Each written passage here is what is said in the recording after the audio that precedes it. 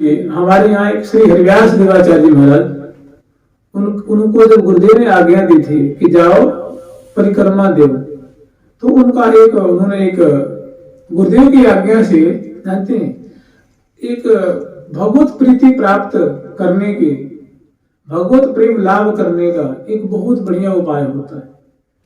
माने एक बहुत बढ़िया सुयोग होता है, अवसर होता है कि अगर गुरुदेव आज्ञा कर दें कि ये करो, तुम नाम जप करो या पानी भरो या कंडा थापो या गाय की सेवा करो या जल भर के ले आओ या तुम ये फलाना स्तोत्र पाठ करो या फलाना चालीसा पाठ करो, फलाना अध्याय गीता जी का, भागवत जी का, रामायण जी का, भक्तमाल जी का या कोई कुछ भी गुरुदेव अगर मुख से कह देते हैं कि ये सेवा करो, ये कार्य करो, तुम्हारा कल्याण होगा, तुम्हें भगवत दर्शन होगा, तुम्हें ठाकुर जी मिलेंगे, श्री जी मिलेंगे, तुम्हें वो अपना लेंगे, तुम्हें दर्शन देंगे। तो अगर उस पे साधक अड़ जाए तो वो काम सुनिश्चित है, उसको कोई रोक नहीं सकता। लेकिन अतिशय पास में रहने के कारण गुरुदेव के जो पदे पदे उनका जो अपमान होता है, अवहेलना होती है, तो एक बड़ा धीरे धीरे एक अपराध का पुलिंदा सा बन जाता है।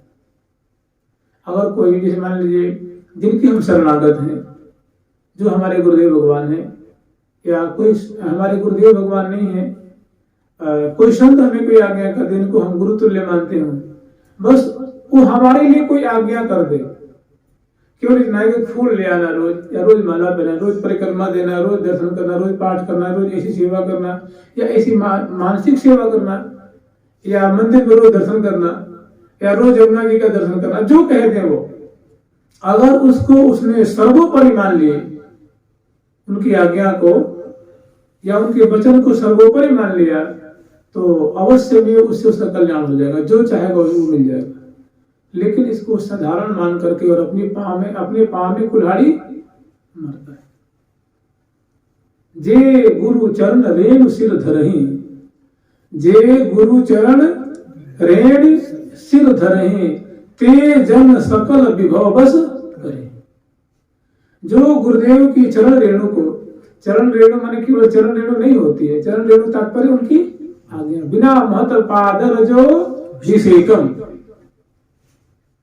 तो क्योंकि देखिए जो संत महात्मा होते हैं, भक्त होते हैं ना, वो बड़े ही सिद्धांतवादी होते हैं, उनमें बड़ी ही सुदृढ़ वचनबद्धता होती है, वचन पालन करने की परायणता होती है, और जो सिद्धांत को अपनाते हैं उसको जीवन पर्यंत वो धारण करते हैं, और ऐसे करने से उनमें अपार, उनमें सामर्थ्य, उनमें अपार शक्ति होती है, अपार क्षमता होती है।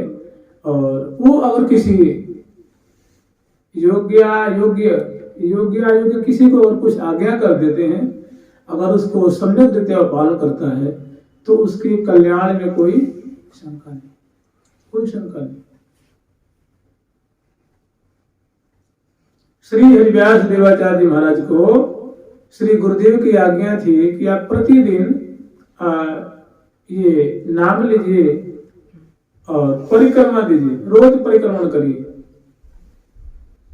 और जो अवधि सुनिश्चित की थी, उतनी अवधि को पूरा करके और वो पुनः संत दर्शन के लिए पधारते हैं।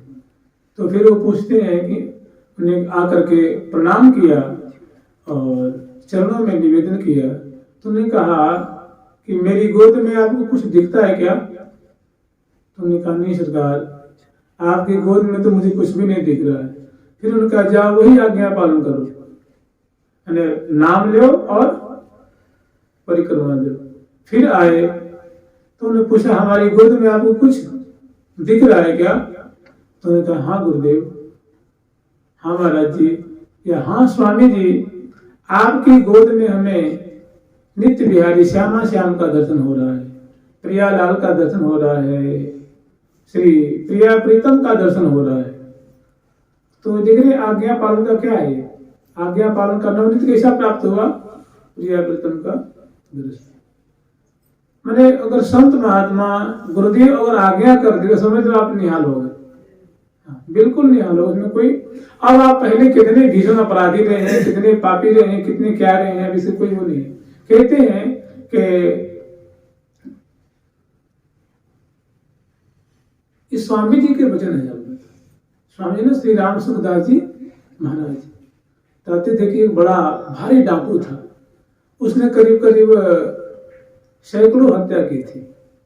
उसके मन में सत्संग प्राप्त करने से उसके मन में सत्संग लाभ हुआ उसको, और सत्संग लाभ होने से उसके हृदय की मलिनता दूर हो गई। उसका मतलब मन जो है एकदम छटपटाने लगा कि मेरा कैसे कल्याण हो रही, मैं तो बड़ा भीषण पापी हूँ, कितनी मैंने हत्याएं की हैं, मेरा पता ना क्या होगा, मैं क्या करूं कि मेरा उद्धार हो जाए। तो वो के संत के शरण में गया और किसी ने बताया कि भाई फलाने जगह कोई संत रहते हैं, उनका दर्शन कर, वो जो तुम्हें उपदेश कर देगा तुम्हारा काम हो जाएगा। वहां गया तो रास्ते में जाते जाते में 2-3 हत्याएं कर दी, रास्ते में स्वभाव बस 2-3 कर दिए वहां पहुंचने से पहले। और वहां गया तो भारी व्याकुलता थी उसकी, व्याकुलता इतनी कि मैंने जैसे कोई पानी में ही डूबता है या कोई जो भारी त्रिशातुर हो, भारी क्षुधित हो, भारी विकलता होती, ऐसी विकलता थी। तो जानते हो सुनाते इसमें सुनाया करते थे कि सम्यक व्यवसितो ही सह, सम्यक व्यवसितो ही सह। उसने निर्णय कर लिया है कि अब मुझे पीछे नहीं चलना है, अब धीरे धीरे चलना है, चाहे जैसे चलना मुझे आगे ही।